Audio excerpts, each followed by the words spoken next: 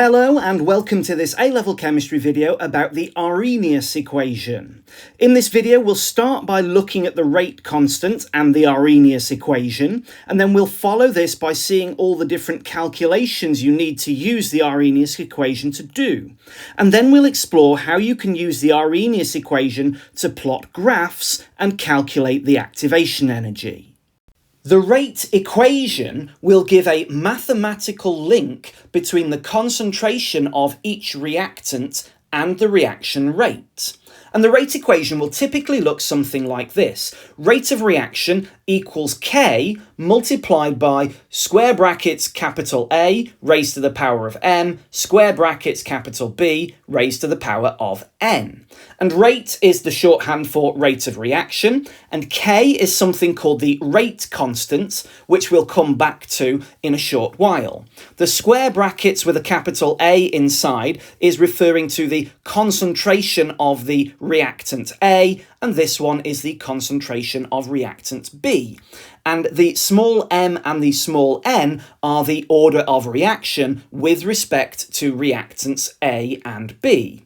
It is very clear then how concentration affects the rate of reaction, since the rate of reaction will be proportional to the concentration of the particular reactant raised to the power of 0, or proportional to the concentration raised to the power of 1, or proportional to the concentration of reactant raised to the power of 2. This means that any other factor that affects the rate of a reaction, for instance temperature or the use of a catalyst, must be affecting the value of the rate constant K, as that is the only other term present in the rate equation. And this is where the Arrhenius equation comes in. The rate constant, given the symbol lowercase k, is a constant that links the concentrations present in the rate equation to the rate of reaction.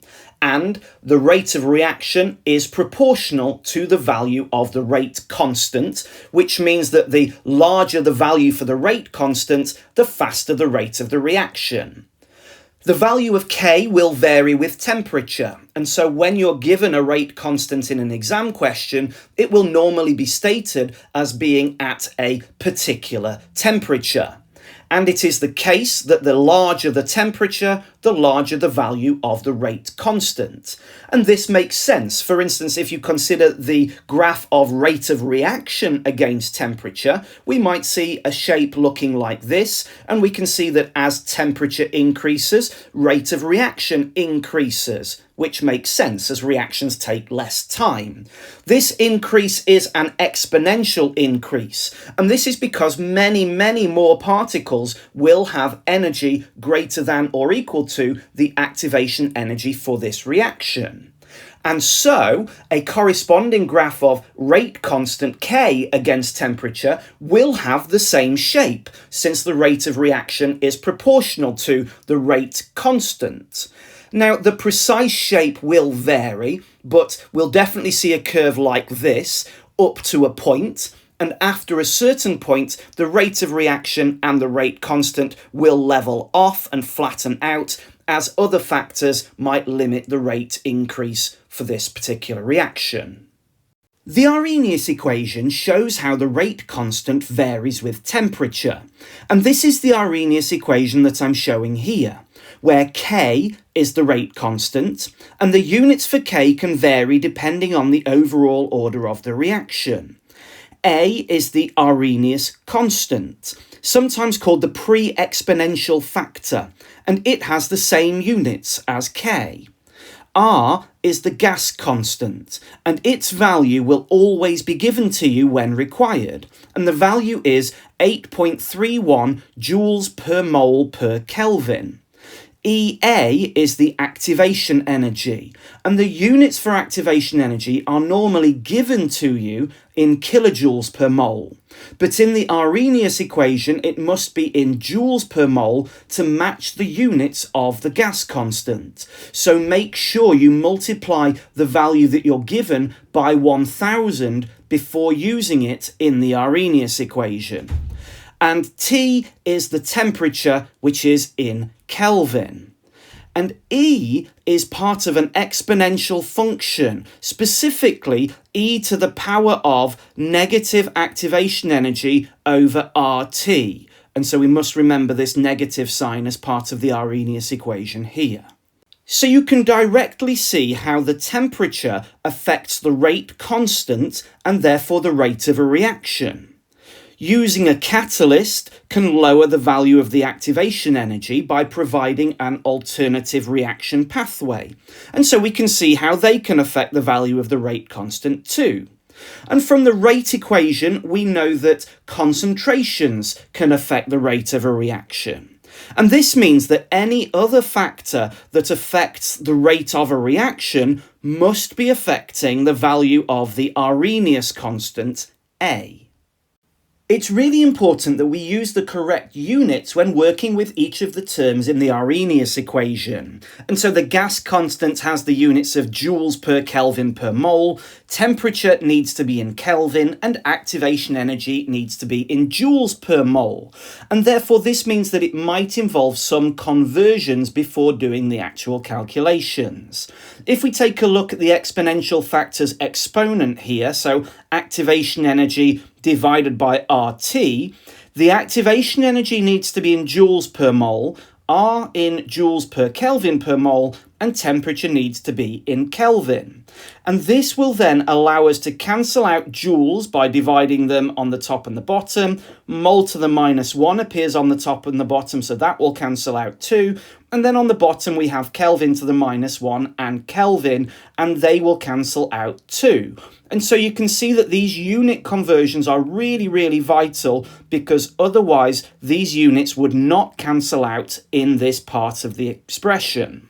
Since this part of the Arrhenius equation does not have any units, when we calculate e to the negative activation energy over RT, this will not have any units either.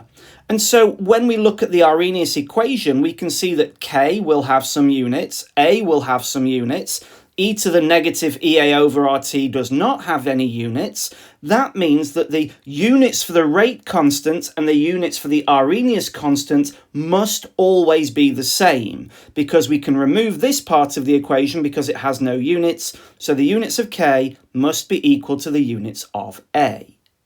You need to be able to perform calculations using the Arrhenius equation. For instance, calculating the rate constant as seen in this example here, where a chemical reaction has an activation energy of 75 kilojoules per mole, and we're told that at 25 degrees C, the Arrhenius constant is 3.2 times 10 to the 12 seconds to the -1, and the gas constant R is 8.31 joules per Kelvin per mole.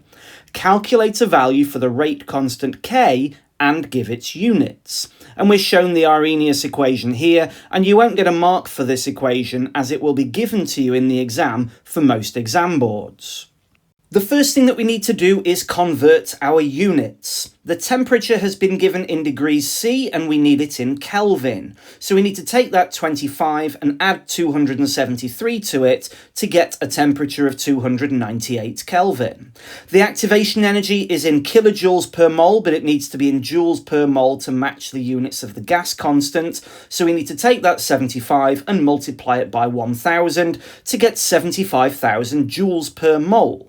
How you approach the next steps will depend on your confidence with maths. I recommend calculating the exponential factor's exponent. So in other words, EA over RT as my step 2. And so that would be taking this activation energy of 75,000 and dividing it by the gas constant, 8.31, multiplied by the temperature, 298. And when we do that, we get a value of 30.29. And then we are able to calculate e to the negative of this value that we've just calculated. And again, if you're not confident with your maths, what you'd need to do here is you'd need to press the shift or the second function button and then press the natural log button, because that will give us e to the x. And so we need to have e to the power of negative 30.29. And this is equal to 7.00 times 10 to the minus 14. And from here it's very straightforward because k equals a multiplied by e to the negative ea over rt, and we've just calculated that term. So k will be 3.2 times 10 to the 12, because that was given in the question, multiplied by this value that we've just calculated of 7 times 10 to the minus 14. And so this gets us a value for the rate constant of 0.224. And it will have the same units as the Arrhenius constant, because this is always the case, as we'll see as we go through more and more of these questions. The rate constant K for a reaction varies with temperature, as shown by the Arrhenius equation here. For this reaction at 25 degrees C, the rate constant is 3.46 times 10 to the minus 8 seconds to the minus 1. The activation energy is 96.2 kilojoules per mole, and the gas constant is 8.31 joules per Kelvin per mole. Calculate a value for the Arrhenius constant for this reaction and give the units. The first step should be to convert the units where necessary. Temperature is 25 degrees C, so we need to add 273 to that to get 298 Kelvin. The activation energy is 96.2 kilojoules per mole, so we need to multiply this by 1000 to get 96,200 joules per mole. Then I recommend you calculate activation energy divided by RT. This gives us 96,200 divided by 8.31 multiplied by 298, which gets us 38.847. Then we can calculate e to the negative activation energy over RT. So on this occasion, it's e to the negative this value that we've just calculated, which is 38.847. And so this then gives us a value of 1.3457 times 10 to the minus 17. And remember, this will have no units. And finally, since the Arrhenius equation shows us that the rate constant K equals A multiplied by e to the negative EA over RT, in order to calculate the Arrhenius constant, we need to take the rate constant and divide it by e to the negative EA over RT. And so that means for our calculation, the Arrhenius constant equals 3.46 times 10 to the minus 8, because that's the value of the rate constant that we were given, divided by 1.3457 times 10 to the minus 17, because that's the term we've just calculated, e to the negative EA over RT. And this then gives us 2.57 times 10 to the 9 seconds to the minus 1. And those are the units, since they are the units for the rate constant. And the rate constant and the Arrhenius constant always have the same units. This question is a tricky example of using the Arrhenius equation to calculate the temperature for a reaction. And we can see that we've been given the activation energy here with 34.5 kilojoules per mole. We're told that the rate constant is 2.48 times 10 to the 8 seconds to the minus 1. And we've been commanded to calculate the temperature given that the Arrhenius constant is 1 times 10 to the 12 seconds to the minus 1, and the gas constant is 8.31 joules per Kelvin per mole. The first step is to convert the units for the activation energy. We've been told it's 34.5 kilojoules per mole. We need to multiply that by 1000 to get 34,500 joules per mole. And then we need to substitute values into the Arrhenius equation. The rate constant is 2.48 times 10 to the 8. The Arrhenius constant is 1 times 10 to the 12. And this needs to be multiplied by e to the power of negative activation energy, so 34,500, divided by R, 8.31, multiplied by temperature, which is our unknown quantity. And then we need to rearrange this equation by taking our value for the rate constant and dividing it by the Arrhenius constant. And this will be equal to e to the negative EA over RT. And when we do that, we get a value of 2.48 times 10 to the minus 4 being equal to e to the negative EA over RT. The next thing that we need to do is remove this e to the x function from our equation. And when you want to remove something from an equation, you need to do the inverse to both sides of the equation. So the inverse of e to the x is natural log. So we need to take natural logs of both sides of the equation because that will remove our e from the equation. And so this will mean minus 34,500 divided by 8.31 times t is equal to the natural log of 2.48 times 10 to the minus 4, which when we calculate that is minus 8.30. The final thing that we need to do is rearrange this to find the temperature. And so we need to first multiply both sides of the equation by t, and then we need to divide both sides of the equation by minus 8.30. And this gives us minus 34,500 divided by 8.31 times minus 8.30 is equal to temperature. And so this gives us a temperature of 500 Kelvin. The Arrhenius equation can be rearranged into alternative forms and then used in a number of ways. First of all, if we get our Arrhenius equation and take natural logs of both sides, we get natural log of the rate constant equals natural log of the Arrhenius constant minus activation energy divided by RT. And then we can reorder those terms to give us natural log of K is equal to the negative activation energy over RT plus natural log of the Arrhenius constant. And both of these equations, written in black at the top and at the bottom, will be given to you when required in an exam question. At 300 Kelvin, a slow reaction has a rate constant K of 6.51 times 10 to the minus 3 moles per decimeter cubed. We're reminded that the gas constant is 8.31 joules per Kelvin per mole, and the Arrhenius constant on this occasion is 2.57 times 10 to the 10 moles per decimeter cubed. Calculate a value for the activation energy in kilojoules per mole. The equation we will likely be given here is the rearranged Arrhenius equation, ln K equals negative activation energy over RT plus ln A.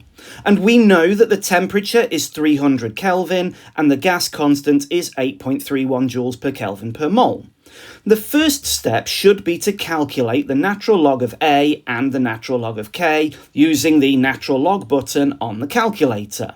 Natural log of A is ln 2.57 times 10 to the power of 10, which is 23.97, and the natural log of K is ln 6.51 times 10 to the minus 3, which is minus 5.03. At this point, we have a choice about our next step, and this will really depend on your confidence with algebra. Either we rearrange the equation first, and we get activation energy equals natural log of the Arrhenius constant minus natural log of the rate constant multiplied by RT, or we can substitute the values in first, which is what I'm going to do. And so natural log of K is minus 5.03, which is equal to negative of the activation energy divided by 8.31 multiplied by 300 plus our value for natural log of A, which is 23.97. And then we rearrange this to find the activation energy. So we have our value for ln A, which is 23.97, minus 5.03, because the natural log of K was a negative number, multiplied by 2,493, because that's what you get when you multiply R by T. And then we get a value of 72,297. Even though K and A have units that depend on the overall order for the reaction, and you can see here from the question that they both have the same units, which is always the case, natural log of K and natural log of A are unitless, because you can only take the natural log of a pure number. And this means that we need to refer to R times T to work out our units for activation energy. And so the units of R are joules per Kelvin per mole, and T is in Kelvin. So the units for the activation energy that we've calculated here will be joules per mole. And since our question asked for the activation energy in kilojoules per mole, we need to divide this value by 1,000 to get our answer of 72.3 kilojoules per mole for the activation energy for this reaction. An equation that relates the rate constant for a reaction to temperature is lnk equals negative EA over RT plus lnA. The rate constant is 2.8 times 10 to the minus 2 moles per decimeter cubed per second. The Arrhenius constant is 2.19 times 10 to the 7 moles per decimeter cubed per second.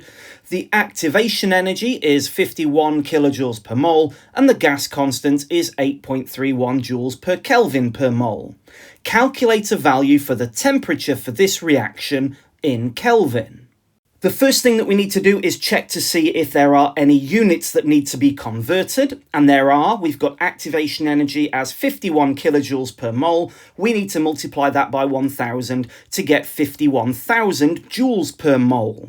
And then we need to take natural logs of K and A. So for the rate constant, natural log of 2.8 times 10 to the minus 2 gives us minus 3.576. And for the natural log of the Arrhenius constant, we take the natural log of 2.19 times 10 to the 7, which is 16.9. And remember that natural log of K and of A have no units.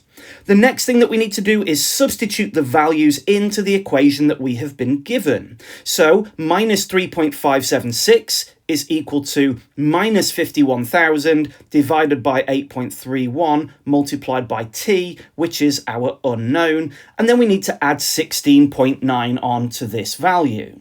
And the next thing that we need to do is rearrange this equation by removing those negative terms from both sides of the expression. And this gives us 16.9 plus 3.576 is equal to 51,000 divided by 8.31t. And when we calculate 16.9 plus 3.576, this is 20.476. And then we can rearrange this and solve it for t, and t will be equal to 51,000 divided by 8.31 multiplied by 20.476, which gives us a value for the temperature of 299.7 Kelvin, or 300 Kelvin to three significant figures. And this value will already be in Kelvin since lnA and lnk do not have units. The units for temperature comes from EA over RT, so joules per mole divided by joules per Kelvin per mole, and that will give us Kelvin as our units, because those other units cancel out. The rearranged Arrhenius equation is natural log of the rate constant is equal to the negative activation energy over R multiplied by temperature, plus the natural log of the Arrhenius constant. And when organised like this, we have something which is in linear form. In other words, it matches the equation of a straight line, y equals mx plus c. To see the links clearly, we need to separate out the negative activation energy over RT term like this. And so this means that natural log of K will be on the y-axis, 1 over temperature on the x-axis, and that the natural log of the Arrhenius constant is the y-axis intercept. And this means that the gradient of our straight line will be negative activation energy over R. This means that when we use experimental data to plot a graph of natural log of K on the y-axis and 1 over temperature on the x-axis, we will get a straight line graph with a slope which has a gradient of negative activation energy over R. When using the rearranged Arrhenius equation to plot a graph, the first step is often to complete a table by calculating values for natural log of the rate constant and 1 over temperature. For instance, if we take a look at the table of data here, we can see we've got 4 values for the rate constant, which are all less than 1. We've got 3 out of our 4 values for the natural log of the rate constant. And then we've got the 4 different temperatures that this reaction was carried out at, and we have 3 values for 1 over temperature. And so the question might be to calculate natural log of K and 1 over temperature for the 700 Kelvin experiment. And to do this, we would type in the natural log button and then the value 6.13 times 10 to the minus 5. And then when we press equals, we find that the natural log of k is minus 9.7. And then for 1 over temperature, we would do 1 divided by 700, and then we would press the equals button, and we would get 1.43 times 10 to the minus 3. If we take a look at a sketch graph of natural log of k against 1 over t, since temperature in Kelvin is always positive, 1 over temperature is always positive. So our x-axis will only cover positive values, and the graph will sit on the right-hand side. Now, depending on the value of k, natural log of k could be positive, negative, or 0. If k is greater than 1, natural log of k is positive, and so the graph will go above the x-axis in this top right-hand quadrant, sloping downwards. If the value for k is less than 1, natural log of k is negative, and so the graph will dip below the x-axis in the bottom right-hand quadrant. If the value for the rate constant is 1, natural log of k equals 0, and so the graph will cross the x-axis. Do remember that for these types of graph, the point where the best fit line would intercept the y-axis is equal to the natural log of the Arrhenius constant. In A-level chemistry, we often deal with natural log of k values that are negative, especially at lower temperatures. So the graph that you plot will usually sit in the bottom right quadrant and slope downwards. This straight line relationship with a negative gradient will allow you to calculate the activation energy from the slope. You need to be able to plot a graph of natural log of the rate constant against 1 over temperature on a grid provided to you. Often, at least one of the axes will already be labelled for you.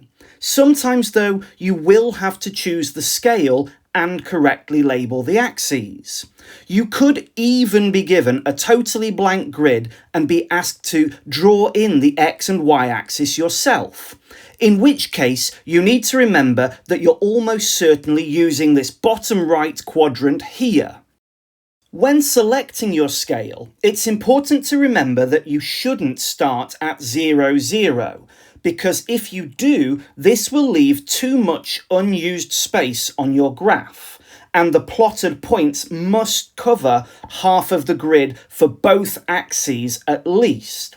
And so, when choosing your scale, you need to account for the space that you'll use when plotting your points. And you can see from this example here that this scale has resulted in lots of empty space, and so we wouldn't get the mark for our scale. Once completed, the y-axis should have the label of LNK, and it shouldn't have any units. It should have negative values, getting even more negative as you go down the y-axis. For the x-axis, it should be labelled as 1 over the temperature, with a capital T, and the unit should be Kelvin to the minus 1. You could end up with very small numbers on the x-axis, and so instead of writing so many decimal points, you could choose to use standard form when writing the numbers on your scale. If the exam gives you the axes already labelled, they could use the label of 1 over temperature times 10 to the minus 3, because that is equivalent to using standard form, and it stops you having to write the times 10 to the minus 3 every time you label an axis grid line. You'll normally be given 4 or 5 points to plot. You get a small bit of leeway with this. They must be within half a small square of the correct position. After plotting your points, you will need to draw a best fit line, which should be linear, sloping downwards to the right. The points you plot usually fit to a good straight line, but if they deviate, it's vital to ensure that there are equal points above and below the best fit line, and that the line ignores any anomalous points, if there are any. And you can see from my best fit line here that my points do fit very close to the line, with some slight deviation above the line here and below the line here.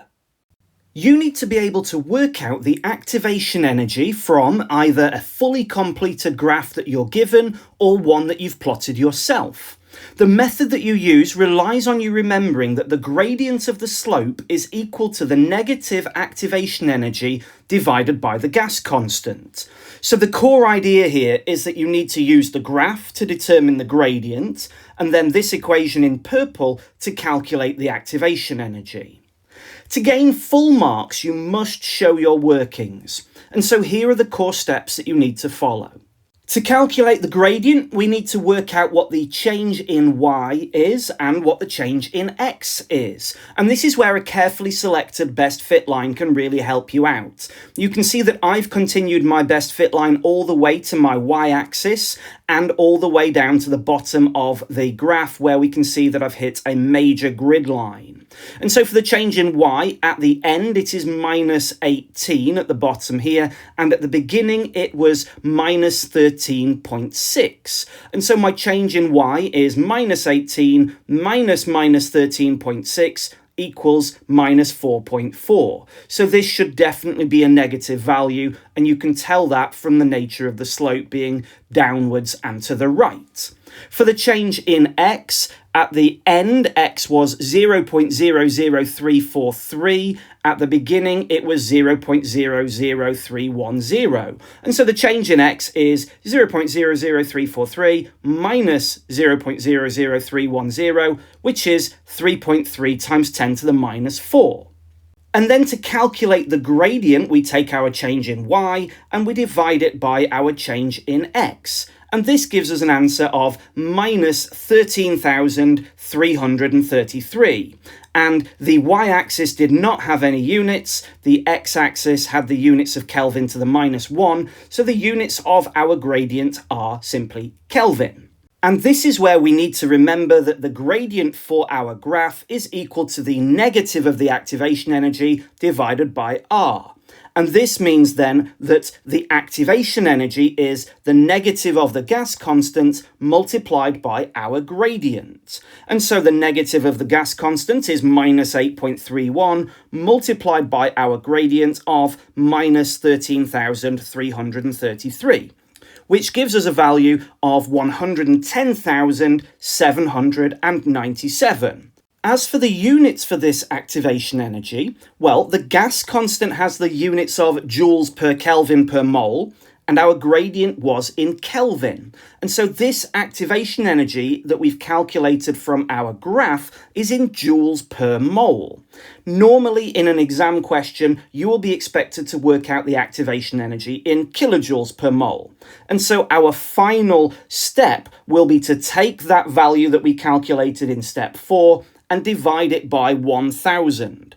And when we do this, this gets us 110.8 kilojoules per mole for our activation energy calculated from this graph. There will often be a range of acceptable answers for the activation energy that you calculate, and this is because there is a small amount of leeway for each of the plotted points and also for your best fit line. And so to accommodate this, they allow a range of acceptable values. Okay, that's the end of this video. Thanks for watching.